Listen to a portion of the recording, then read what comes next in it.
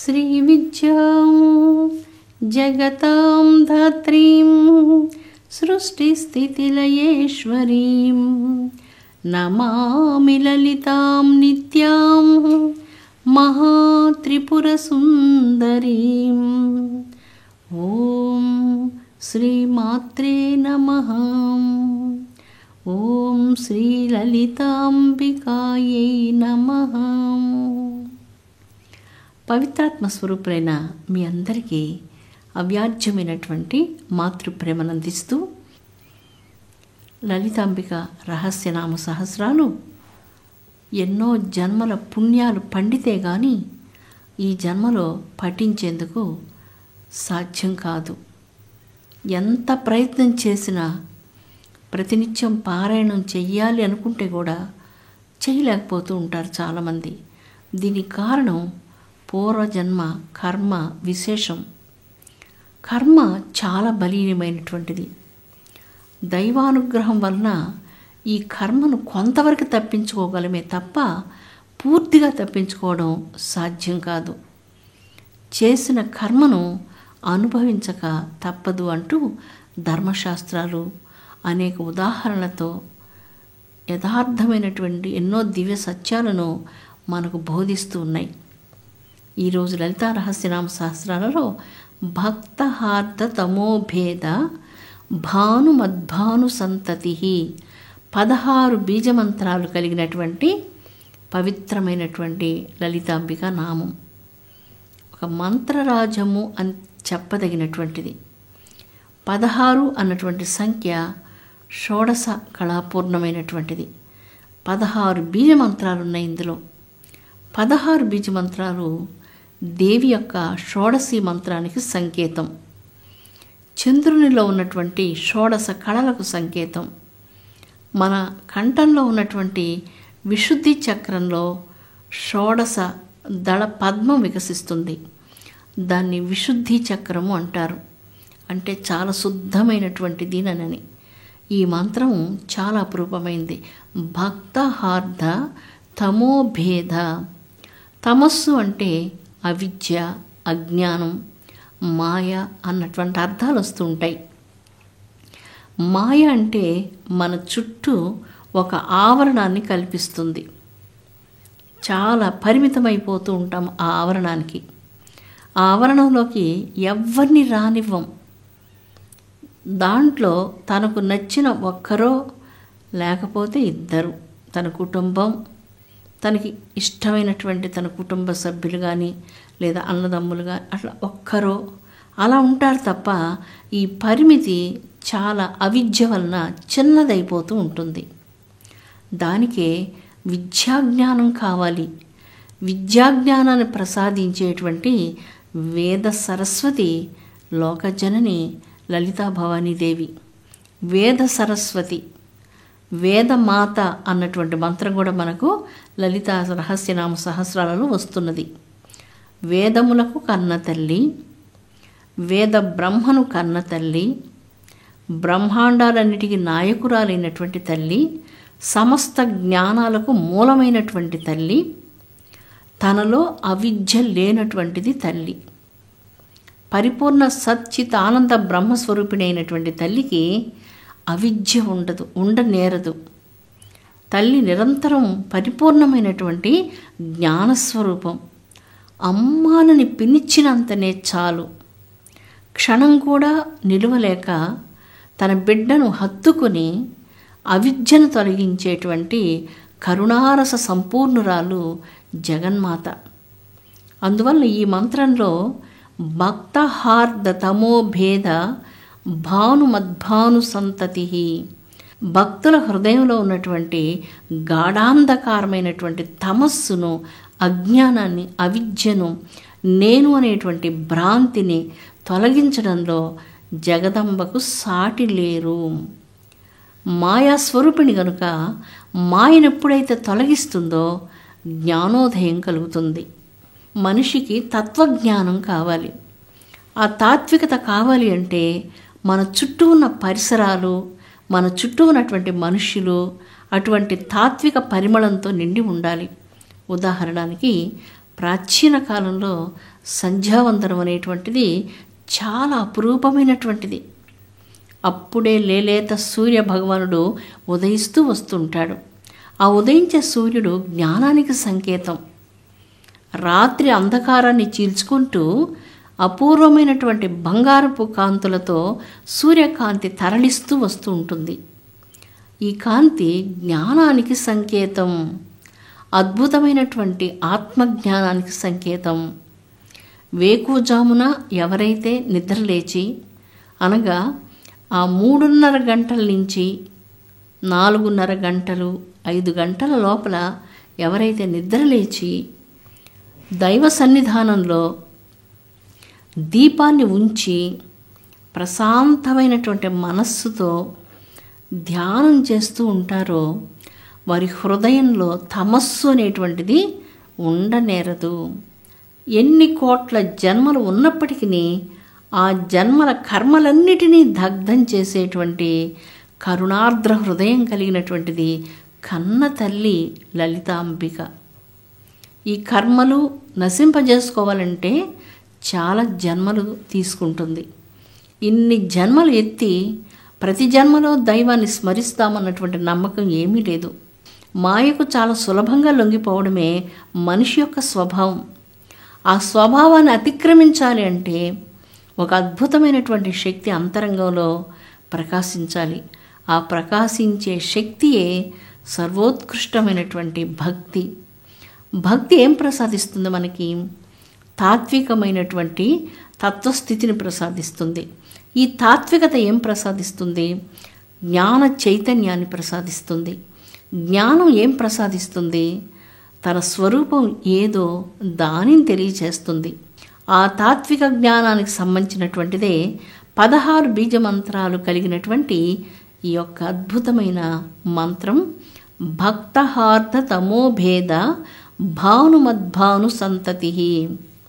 కాంతి కిరణాలు గాఢాంధకారంగా ఉన్నటువంటి అరణ్యంలో వేగంగా చొచ్చుకుంటూ వెళ్ళిపోతున్నట్లుగా చాలా గాఢాంధకారమైనటువంటి మన అంతరంగంలో జగజ్జనని యొక్క చల్లని చూపులు, చల్లని కరుణ, అవ్యాజ్యమైనటువంటి అనురాగం మన హృదయంలో ప్రవేశించి అంతరంగంలో ఉన్నటువంటి అవిద్యను ధ్వంసం చేయడంలో సాటి లేనటువంటిది అని ఇక్కడ ఈ మంత్రానికి అర్థం చెప్పుకోవచ్చు.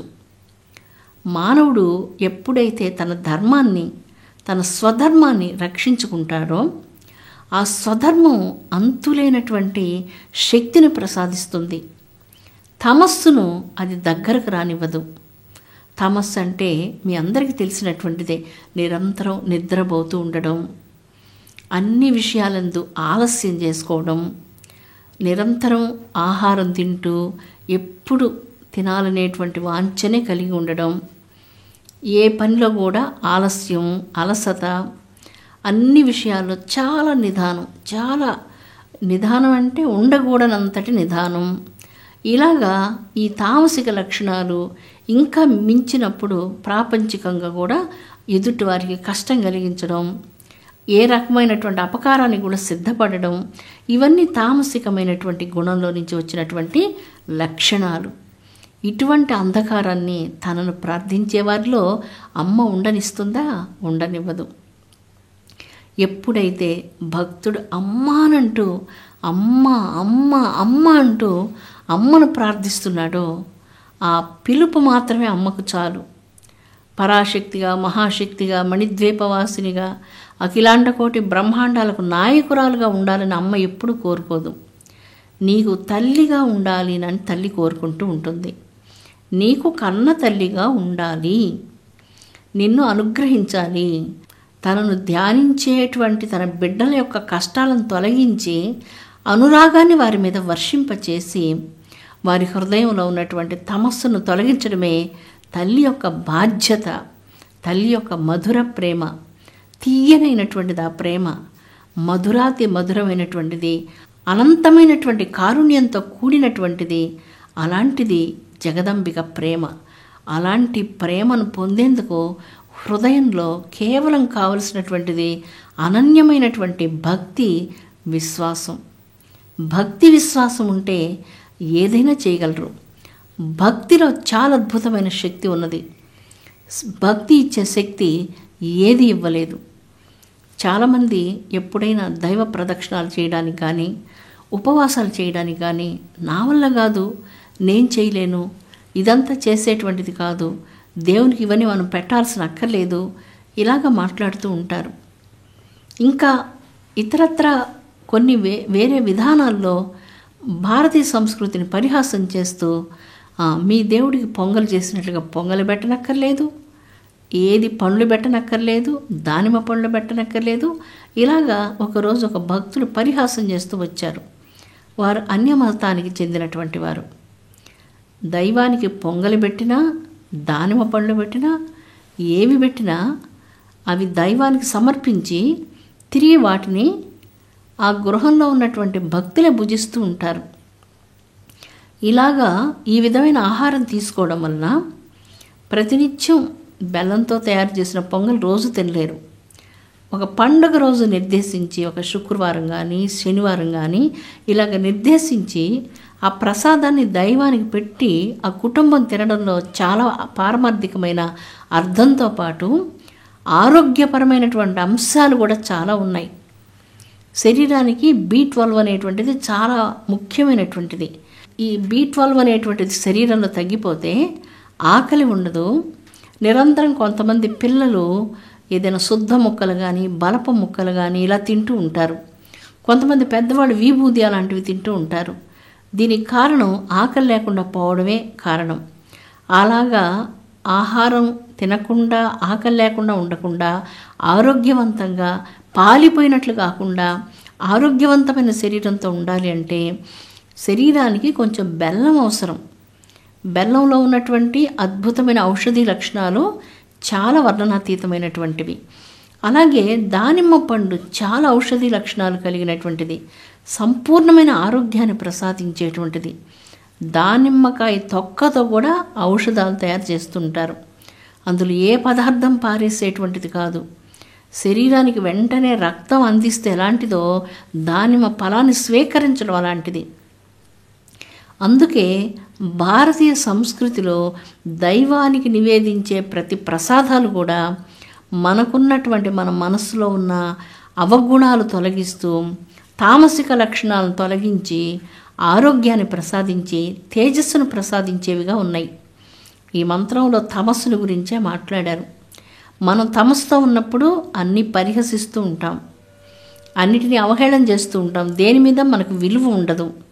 విలువ ఇవ్వవలసినటువంటి వాటికి కూడా విలువ ఇవ్వకుండా పోతూ ఉంటాం. ఎప్పుడైతే మనస్సు తమస్సు నుంచి సంస్కరించబడుతుందో, రాజసికమైనటువంటి గుణాల పరిధిని కూడా దాటుతుందో, సత్వగుణాల పరిధిని కూడా దాటుతుందో, విశుద్ధమైనటువంటి అంతరంగం ఏర్పడుతుంది. విశుద్ధమైనటువంటి అంతరంగంలోకి జగజ్జనని యొక్క కాంతి కిరణాలు వేగంగా దూసుకొని వచ్చి అంతరంగానంతటిని శోభాయమానమైనటువంటి కాంతితో నింపివేస్తాయి. అప్పుడు మానవులు దైవస్వరూపులవుతూ ఉన్నారు. అగస్త్య మహర్షుల వారిని ఈశ్వరుడు దక్షిణ భారతదేశానికి పంపిస్తారు. నువ్వు అక్కడే కొంతకాలం ఉండాలి అని చెప్పారు. దక్షిణ భారతదేశానికి వచ్చినటువంటి మహర్షులు అగస్త్యుల వారు ఏం చేశారంటే దాదాపు 3500కు పైగా ఎన్నో అపురూపమైనటువంటి శివలింగాలను ప్రతిష్ఠించారు. అంటే ఇక్కడ లింగాలను ప్రతిష్ఠించడం అంటే ఋషి యొక్క శక్తిని అందులో నిక్షిప్తం చేశారు. ఋషి తపోశక్తి అక్కడ నిక్షిప్తమై ఉంది.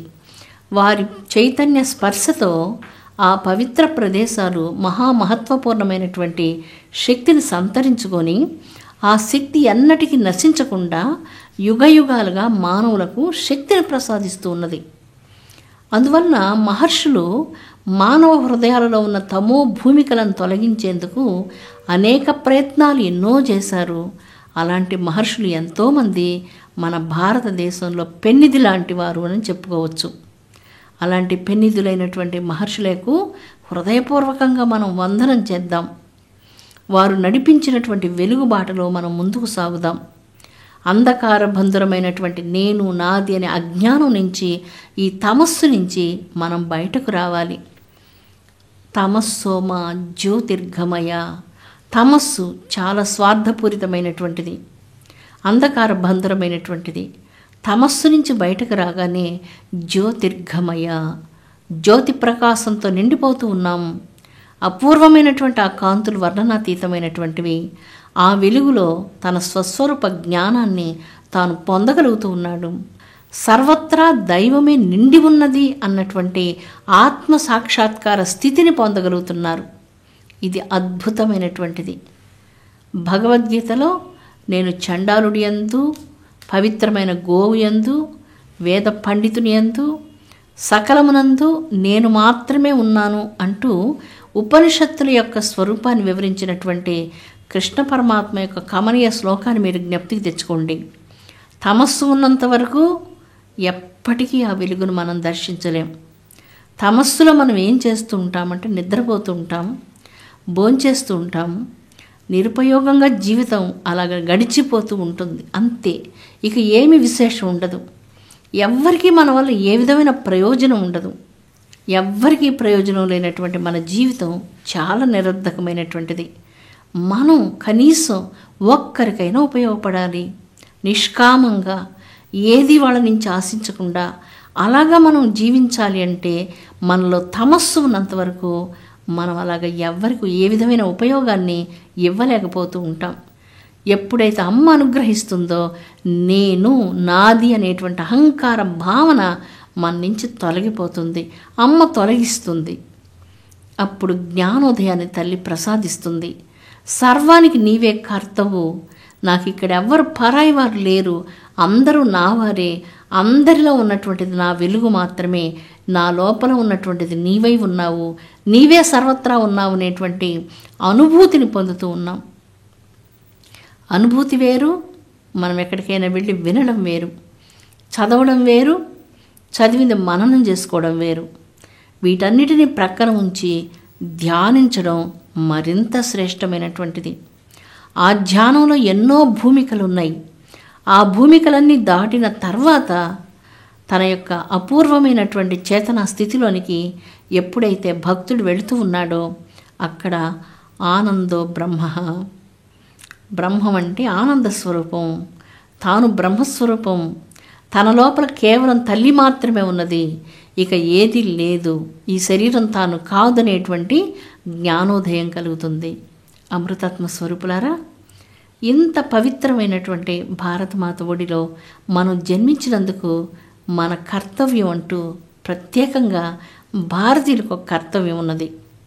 ఆ కర్తవ్యం ఏమిటంటే స్వస్వరూప జ్ఞానాన్ని పొందడం, తన స్వరూపాన్ని సాక్షాత్కరించుకోవడం, ఆ స్వరూపాన్ని అంతటా దర్శించగలగడం. ఇది మన కర్తవ్యం.